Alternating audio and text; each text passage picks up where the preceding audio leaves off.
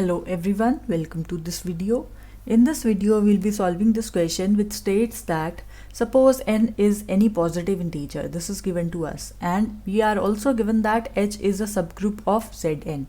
What is Zn? If you remember, Zn is the group which consists of all the integers starting from 1, 2 and so on, and we will go up to the point where we have n minus 1. Right, this is a group, right, under the operation of addition modulo n, right? This is the operation, and this is a finite group, correct? Now we are they are saying from this group Zn you take h as a subgroup. Then you have to prove that about this subgroup we have a result. It states that it would, if n is even, right, that means we are talking about either z2 or z4 or z6 and so on. So in that case, if n is even positive integer, right, we cannot take z minus 2 in this case because it is positive integer. Okay, then we would say either every member of h is even or exactly half of the members of h are even, right? So we have to tell this thing over here. Either every member of h is even number or exactly half of the members of h are even. Now if you take z2, right, what is z2? It contains 0, 1, right, these two elements. So you see here each member is not even, right? So in this case you can you say this 0, exactly half of them is even. What about z4? If you take z4, you have the element 0, 1, 2 and 3 with you, right? So here you see 0 and 2 are even. So here exactly half of them are even, right? Either every member of h is even or exactly half of the members are even, correct? So this is the thing. Then for z6 you can take this to be 0, 1, 2, 3, 4, 5, right? So you see exactly half of the members here are even. So we have to prove this thing. So in first of all, let's write down what is given to us. We are given that n is even positive integer and h be a subgroup of this group Zn under addition modulo n, correct?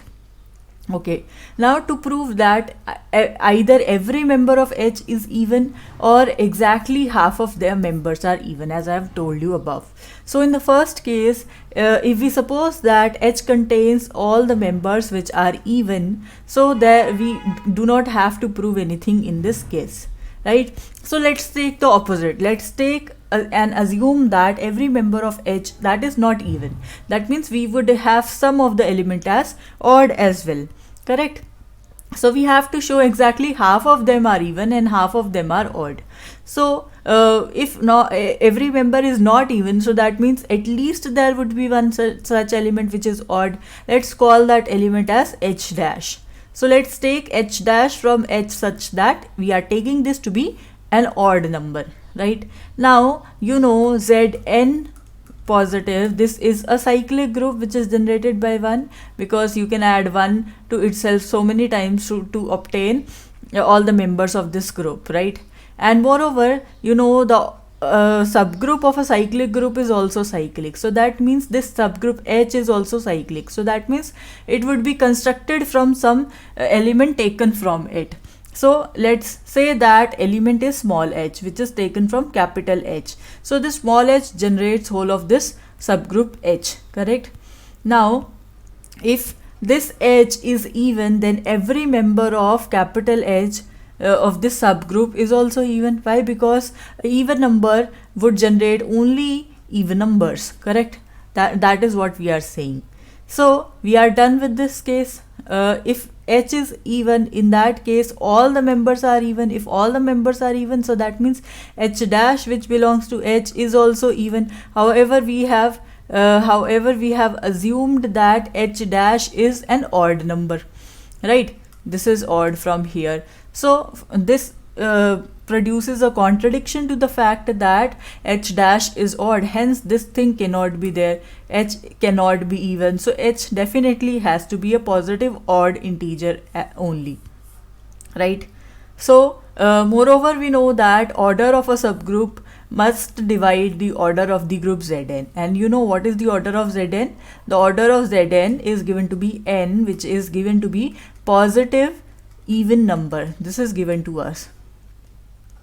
this is a positive even number, and we say the order of h divides the order of this, which is a positive even number. So that means what number could divide a positive even number? An even number only could divide an even number. So therefore the order of Zn is n, which is an even positive number. It implies that the subgroup is also having an even order, as I have just told you. So that means the order of the group which is generated by h is equal to the order of h, which is 2k, for some positive integer k. So that, what does it mean? We mean h which was generated by small h element, right, where this small h element has been taken from capital H subgroup, right? So we are saying that this subgroup is a positive, it is generated by h, where this h is a positive odd integer such that the order of this subgroup is 2k. The order is even, h is positive odd integer, so it could be written like this. The order of h could be written as 2 into some positive integer k, right? So if that is the case, that means we are saying it would contain even number of elements within it. If that is the case, so and moreover positive odd integer is generating this. So that means we can write this as h plus h as the next element, h plus h plus h as the next element, and so on. And we would do it up to how many times? H plus h plus h plus h to itself. We would do it up to how many times? We'll be doing this 2k times, because the order of h we have assumed this to be 2k. Correct?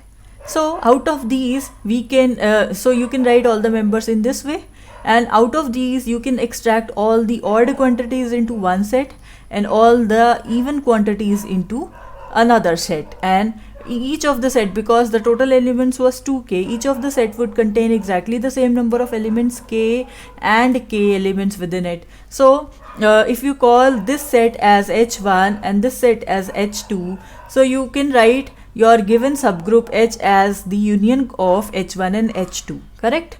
And moreover, both, because h is a positive odd integer, it implies that each element in the set h1 would be odd, as I've told you, and each element in the set h2 is even, right? So what does it imply? It implies exactly half of the members of h are even and exactly half of the members in h are odd. Hence we wanted to prove that either every member of h is even or exactly half of the members are even within h. So I hope you understood this question well. Well, that is it for this video. Thank you for watching.